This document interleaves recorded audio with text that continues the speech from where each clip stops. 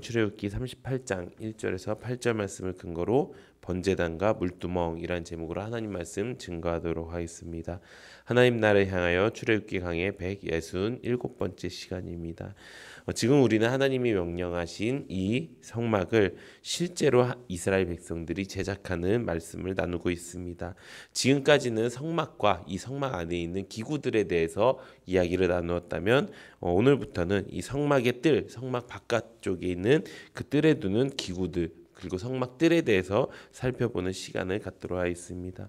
오늘은 먼저 성막 뜰에 있는 이 번제단과 물두멍에 대해서 말씀을 나누고자 합니다. 이 번제단이라는 것은 하나님께 실제로 그들이 갖고 온 제물을 하나님께 올려드림으로 그들의 죄사함을 받을 수 있는 기구였습니다. 가로 세로 약 2.3m가 되고요. 높이는 1.4m 정도로 만들었습니다.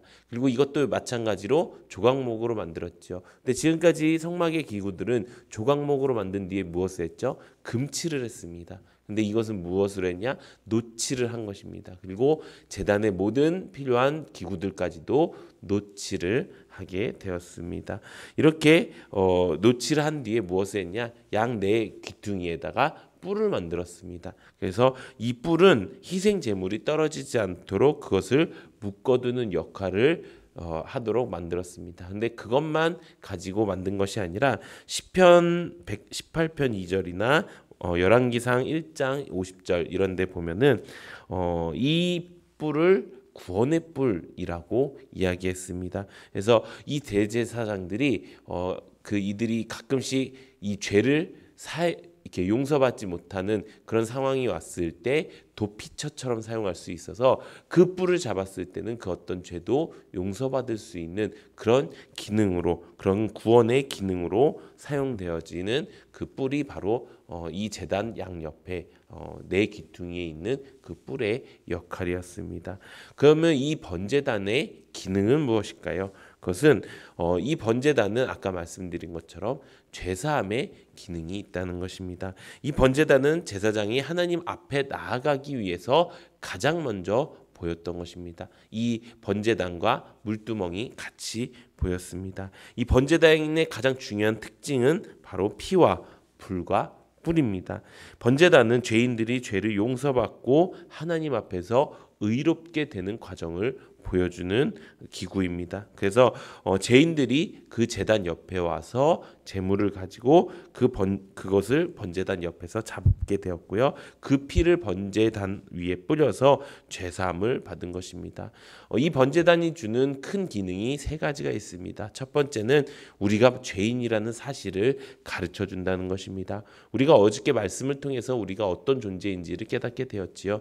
우리는 이 땅에 죄인으로 태어났습니다. 그리고 죄인의 삶을 살아갈 수밖에 없습니다. 하나님을 만나기 전까지, 아니 하나님을 만나고도 내가 하나님이 나의 주인이시고 나의 구세주인 것을 모른다면 우리는 죄인이란 그 사실을 알고도 다른 방법 없이 지옥 갈 수밖에 없는 존재였다는 것입니다. 그런데 웬 은혜로 하나님께서 예수님을 우리에게 보내주시고 말씀을 통해서 그것을 깨닫게 하셨지요. 그리고 우리가 지금 붙들고 있는 은혜의 수단 성경과 성령과 교회를 통해서 우리를 자라나게 하신 것입니다.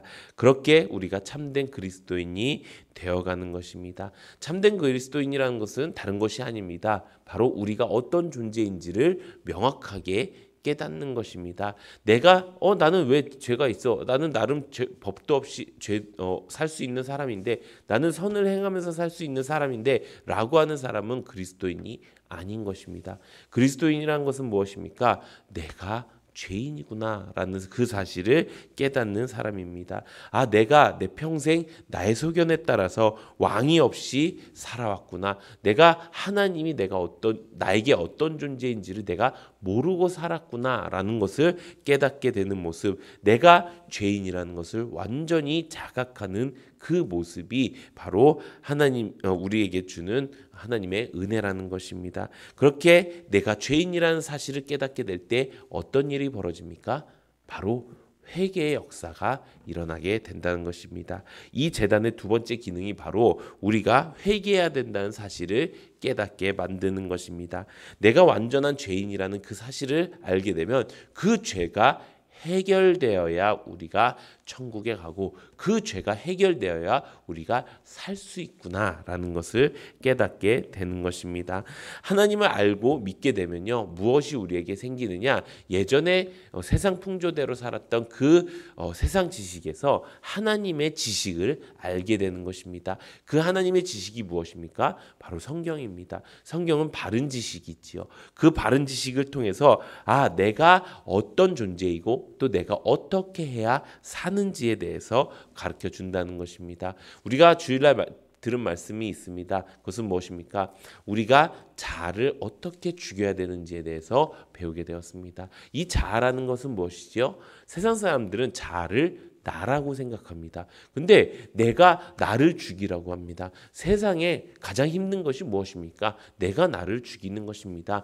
내가 내 손가락 하나도 제대로 자르지 못하는 그런 상황인데 어떻게 내가 나를 완전히 죽입니까? 그렇게 생각하니까 예수님께서 말씀하신 것, 나를 부인하고 너의 십자가를 지어라 라고 하는 그 말씀이 너무나도 어렵게 느껴지는 것입니다. 그런데 말씀은 뭐라고 말씀하고 있습니까? 자아가 내가 아니라고 말씀하고 있습니다. 왜 자아가 내가 아닙니까? 그 자아는 하나님이 나에게 주신 것이 아니기 때문입니다. 자아는 누가 준 겁니까? 마귀가 준 거예요. 마귀가 언제 준 것입니까? 우리가 선악과 따먹은 그 순간에 준 것입니다. 자아라는 건 뭐예요? 내가 주인 돼서 살아가서 내가 나를 판단하고 내가 내 삶을 결정하는 것, 내가 내 삶의 주인이 되는 삶이 자아를 가진 삶인 거예요. 그렇기 때문에 마귀가 자아를 준 거예요. 그렇다면 하나님이 우리에게 준 건 무엇입니까? 하나님 창세기 2장에 보면 하나님이 우리를 지으신 다음에 우리에게 생명을 부어 넣으셨다. 하나님의 영을 우리 가운데 넣어 주셨다라고 말씀하고 있습니다. 하나님이 우리에게 주신 것은 영이에요. 그래서 다윗이 시편 130편에 다윗이 나 곧 내 영이라고 말씀하고 있는 것입니다. 다윗은 내가 자아가 아니라는 사실을 깨닫게 된 거예요. 그러니까 내가 어떤 두려움에 와도 어떤 어려움에 빠져도 내가 그것 때문에 힘들어하거나 어려워하지 않고 내가 주님을 바라볼 수 있는 것, 그것 때문에 힘들고 어렵고 내가 다른 길을 선택하는 것이 자아였구나. 물론 다윗도 잘못할 때도 있었고요. 다윗도 잘못 가는 길을 갈 때도 있었어요. 근데 그것을 바꿀 수 있었던 건 그것은 내가 자아가 아니라 영이라는 그 사실을 깨달았기 때문이라는 것입니다. 사랑하는 성도 여러분, 우리가 어떤 존재인지 바른 지식을 통해서 깨닫게 되는 것, 그리고 회개하게 되는 것, 그것이 하나님께서 우리에게 주시는 은혜라는 것입니다. 그렇게 우리가 살아갈 때 어떤 일이 벌어집니까? 내가 회개할 때 하나님의 은혜를 발견하게 되는 것입니다. 이것이 번제단의 세 번째 기능입니다. 우리가 하나님의 은혜가 무엇입니까? 세상 사람들이 하나님을 믿는 이유가 무엇입니까? 천국 가려고 믿는 것입니다. 그런데 잘못 알고 있는 것, 이 천국 가는 것이 은혜로 간다고 생각을 하고 있어요. 하나님을 믿는다고 하나님을 믿는 자들이 천국 가는 것입니다. 그런데 그 사이에 하나님을 믿는 사람들은 은혜로 천국 간다고 생각하고 있어요. 천국은 은혜로 가는 것이 아니지요. 천국은 무엇으로 갑니까? 성경 그대로 살아야 천국에 가는 것입니다. 그렇다면 성경은 천국에 어떻게 갈 수 있다고 이야기합니까? 가장 먼저 회개해야 간다고 합니다. 그 다음에 뭐 해야 돼요? 회개하고 너희가 침례를 받아야 되는 것입니다. 침례는 상징적인 의미지요. 주님이 나의 구세주이고 주님이 나의 주인이십니다 라는 것을 고백하는 거예요. 근데 그것은 상징보다 더 큰 의미가 있다는 것입니다. 그 상징을 통해서 하나님은 실제로 그렇게 우리의 마음을 바꾸어 주신다는 것입니다. 그 다음에 무엇을 합니까? 사도의 가르침을 받아서 우리가 교회 안에서 온전히 모여서 사도의 가르침을 받고 서로 믿음의 교제를 함으로써 우리가 크게 교회 안에서 모이고 작게 가족으로 모이고 이렇게 하나님께서 모이게 하심으로 어떻게 합니까? 서로 가르치고 서로 전도하기에 힘써서 나의 영을 자라나게 하는 것. 그렇게 살 때 우리는 천국 갈 수 있는 그 삶이 되게 되는 것입니다. 근데 그것만 가지고는 천국 갈 수 있습니까? 없습니다. 무엇이 있어야 돼요? 내 영이 살아야 돼요. 내 영이 살려면 어떻게 해야 됩니까? 내 죄가 해결돼야죠. 그래서 하나님께서 무엇을 주셨어요? 예수 그리스도를 주신 거예요. 이 예수 그리스도를 주신 것이 우리에게 주신 하나님의 은혜라는 것입니다. 사랑하는 성도 여러분, 이것이 은혜입니다. 이것이 하나님이 나에게 그냥 하나님을 믿기만 하면 천국에 그냥 다이렉트로 가게 만드는 것, 이것이 하나님이 주신 은혜가 아니고요. 하나님은 우리에게 천국 갈 수 있는 예수님을 주셨고 바른 지식을 주신 것.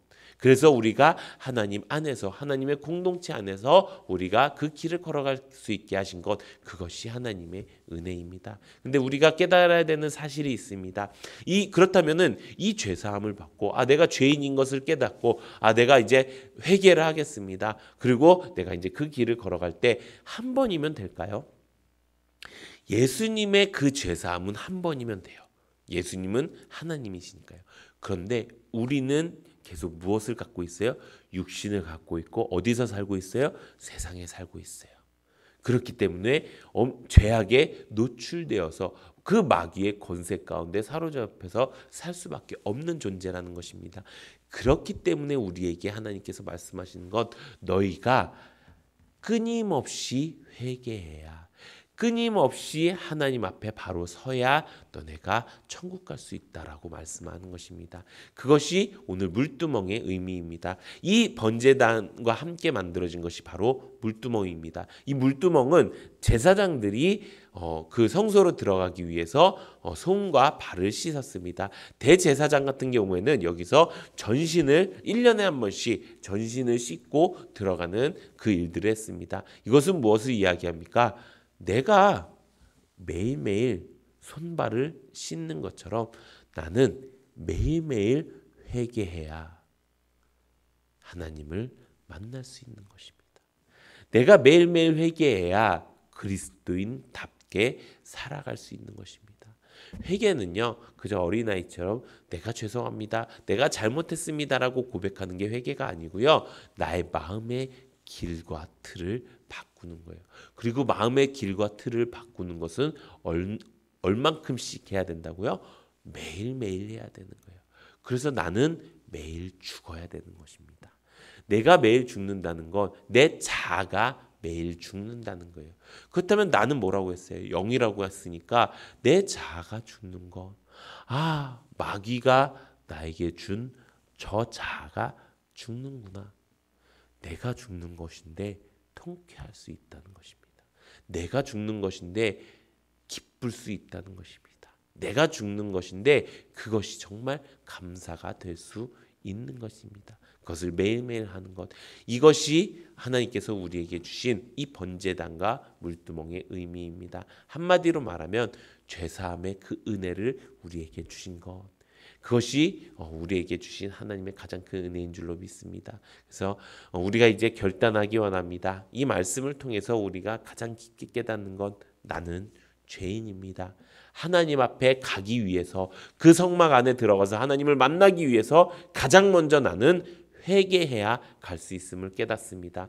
그래서 회개가 내가 사는 유일한 길입니다. 그래서 내가 이제 어떻게 합니까? 내가 이제 그 하나님의 은혜를 바라봅니다. 하나님, 내가 이제 하나님의 말씀대로 그 천국 가는 길을 살겠습니다. 그리고 하나님이 주신 그 죄사함의 은혜, 그 예수 그리스도의 은혜를 내가 기억하고 매일매일 나를 죽이고 살아가겠습니다. 우리가 이렇게 결단하면서 살아가는 은혜가 넘치기를 예수님의 이름으로 축원합니다. 이 시간 기도하는 시간